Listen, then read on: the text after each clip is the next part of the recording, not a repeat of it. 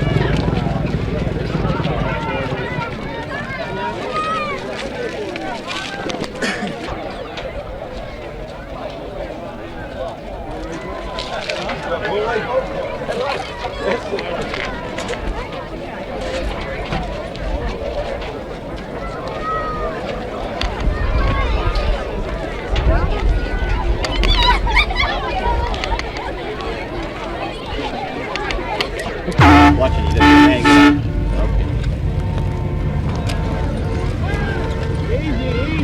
Easy, man. Smooth like a bird. Tell him to make it smooth, Stan. Smooth, Stan. You can only tell him once or twice, Walter. You know, the man's driving his own car.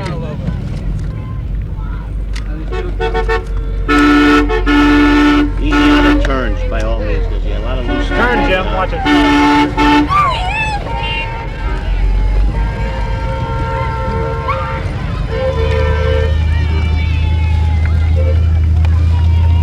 2-8 this way.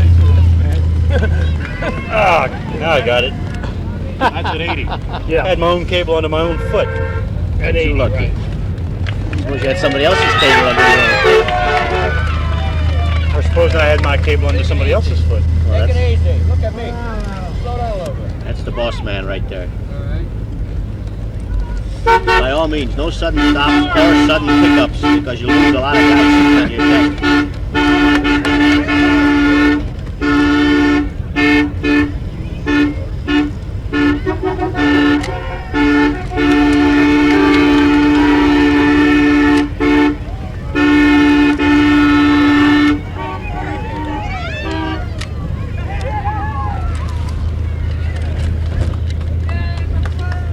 Slow it down a little bit. All right. Slow it down. Hello, booby.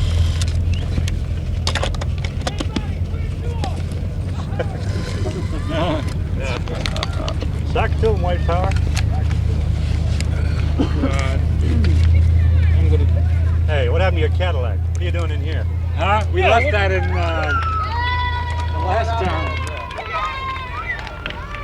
Bobby's in the Cadillac. I gotta go with the winners once, you know. I can't always go with the winners.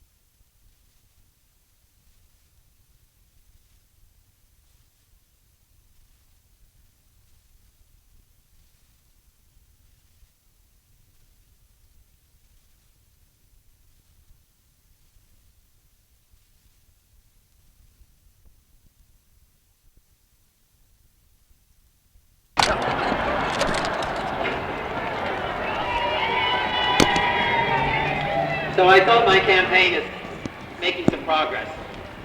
But I appreciate having an opportunity to speak with you. This is a very important campaign. This is a very important year. Because really we're going to decide in 1968 what direction in which we're going to discuss the issues. The issues are going to be debated. And the great problems that are facing this country are going to be discussed by all of the people. I think that that discussion is taking place within the Democratic Party. That's why I'm proud to be a Democrat. But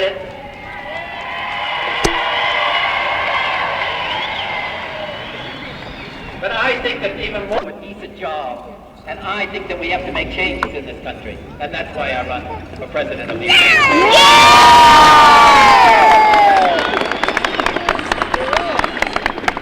In many of our cities, only 3 out of 10 children graduate from high school. And those children who do in some of our ghetto schools are apt to have the equivalent of an 8th grade education. They have no place to go. They have no ability, therefore, to find a decent job or to go on to a college or a university. I think that's unacceptable for our fellow citizens. There are also people not here in the state of Let me just say that I think that the step that the President took 10 days ago is an important step forward, peace. But we haven't arrived yet. We haven't begun those negotiations. I think we're going to have to continue to be concerned about the developments in that part of the world. And I join with you in the hope that we can find peace through the efforts of President Johnson and the administration. There's a great deal more that we need to do to ensure that there's peace all over the globe. We saw at the time of the Cuban Missile Crisis that we could be strong, that we could stand up to our adversaries when the Soviet Union took the missiles out of Cuba. We've also shown at the time of the Test Ban Treaty what we can accomplish from a positive point of view, that we can make an agreement with the Soviet Union. We can make an agreement with our adversaries and at the same time be strong. That's the kind of America that I want to see. That's the kind of America that I believe that you want to see here in the state of Michigan. And that's the kind of America I would like to see a success in November of 1968.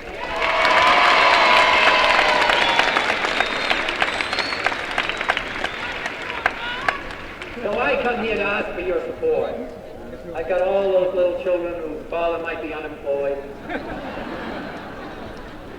I come here to ask for your support. We're going to have the primary in the state of Indiana. I'd like to have some of you come down to the state of Indiana and help and assist in our efforts there. I'd like to have others of you work here in the state of Michigan, not just come to rally, not just show up in the campaign, to join with me. We can make a difference here in the United States of America.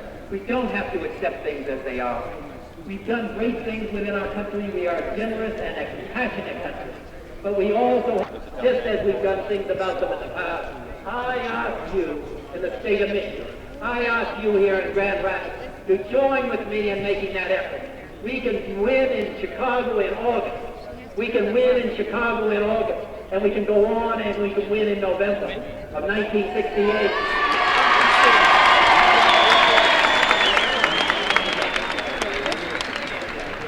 And if we can win this election, we are the last best hope of mankind, and that's what we can stand for again. That's why I run for President of the United States, and that's why I come here to Michigan and ask for your support. Thank you very much.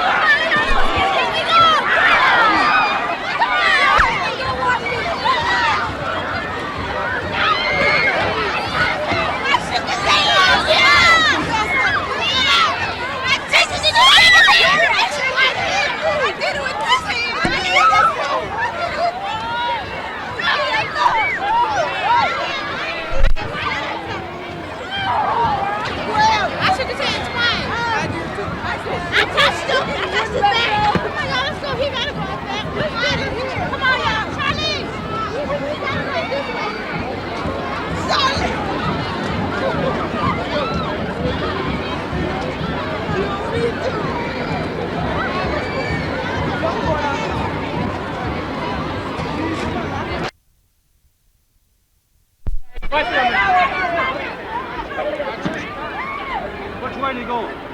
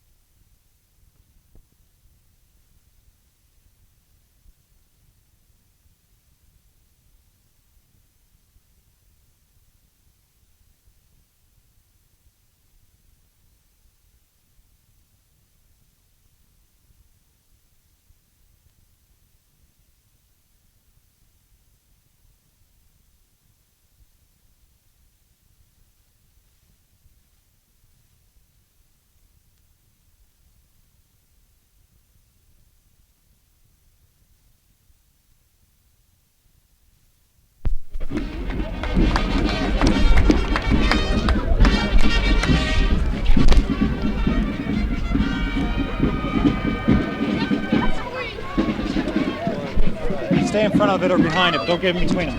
So push up another foot. You'll never make it past the colors. Stick your hand out here. Boys, right there. Here, son.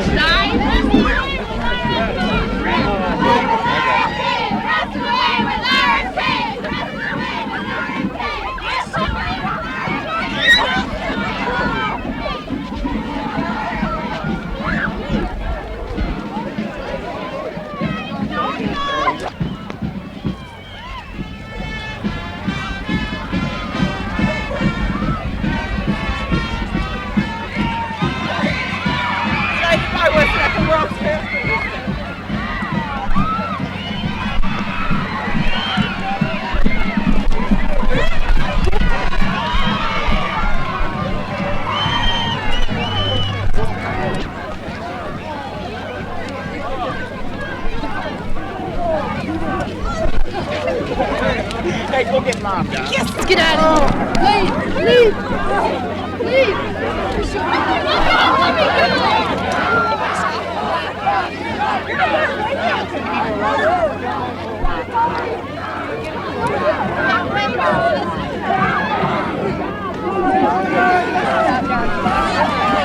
Excuse me, sir.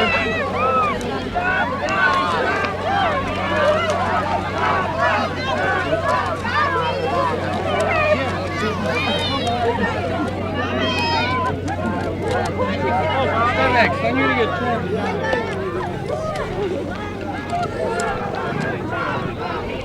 Excuse me.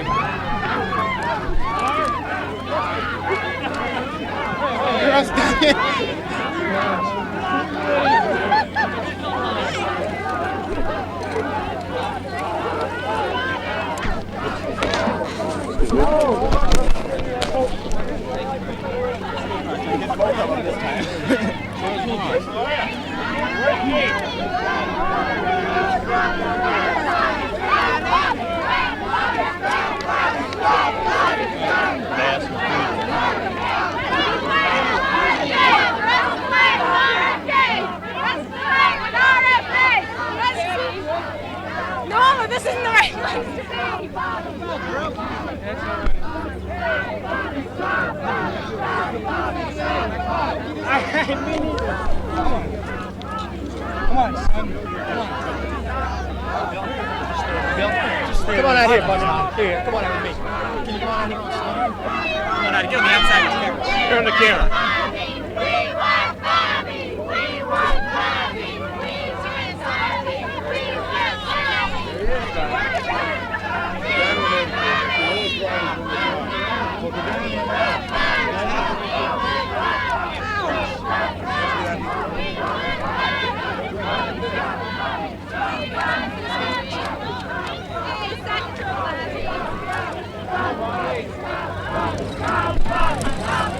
Go, Bobby! Go, Bobby! Go, Bobby!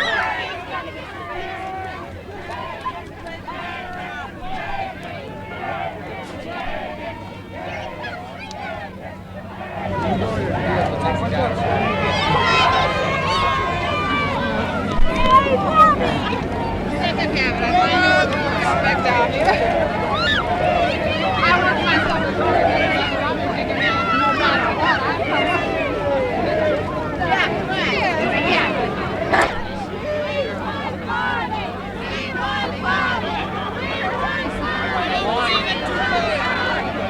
That wasn't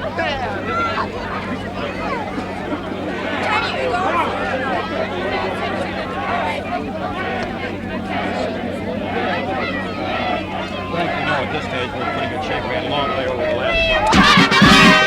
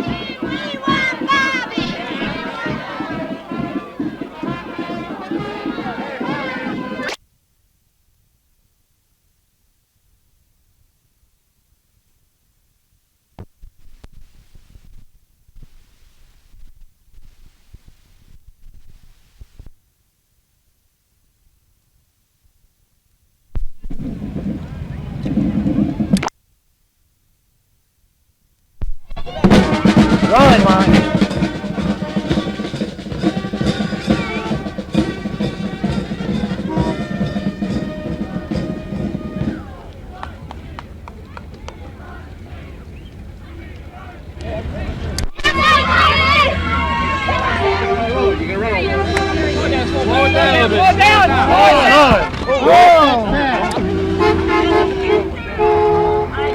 No, so we just want to stay on the You're doing great. Check Bill here. Jerry. Now go faster. No, Stay with the car in front of you now. yeah, He's right behind you. now everybody's out of the airport. There won't be all this crap. Yeah, now you can keep up again. Slow down. Matter of fact, stop. Wait a minute, all this. Stop.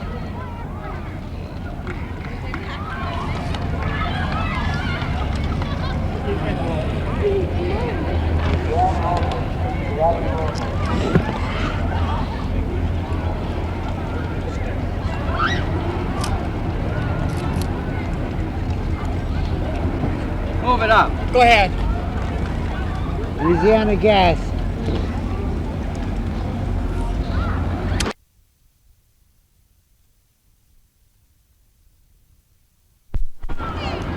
Where do I catch up? Start off smooth and stop smooth. You know what I mean? Slow smooth. It's awful.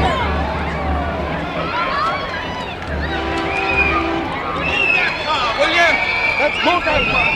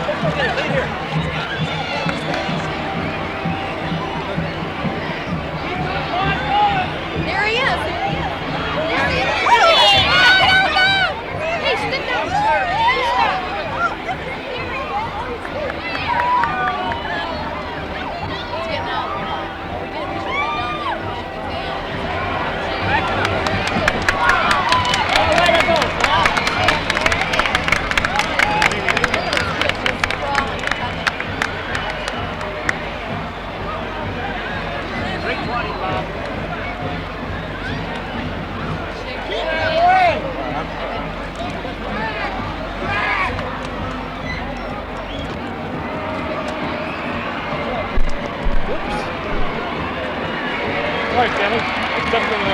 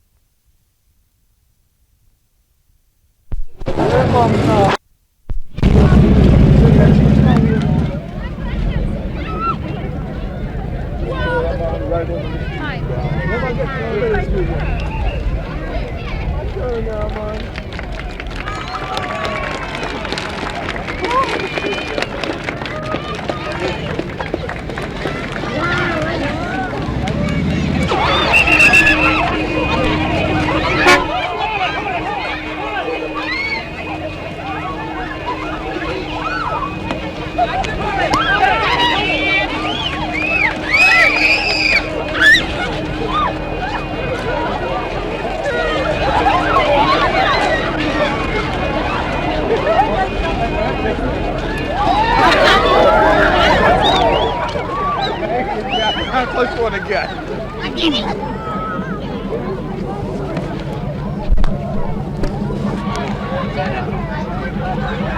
get through there. Okay. Corey?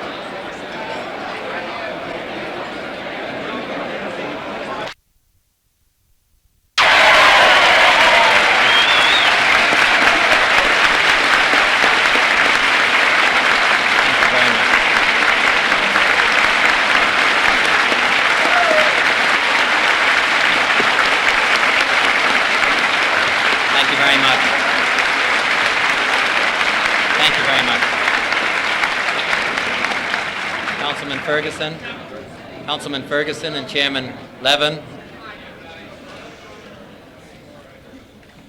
distinguished guests at the head table, I'm delighted to be here.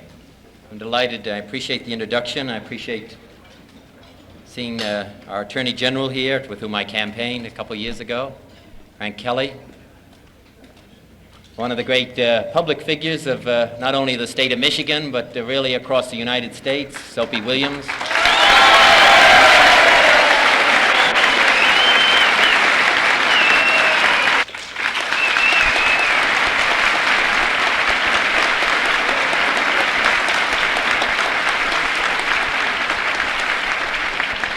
I was going to talk with you today not so much about my candidacy, but really about a rather serious matter that I think affects all of us in this room and this state, and more importantly, all of us as American citizens. I feel badly about those who are standing in the back, and I apologize to them. I'm going to talk about the problems of race and the problems of the city, and it's not a light subject, but I think that it is important that we discussed these matters and discuss them frankly and discuss them openly. We put the facts on the table where we are now and where we're going. As Abraham Lincoln said in 1858, it's only in that manner that we're going to be able to develop programs to deal with the problems of the present and the problems of the future.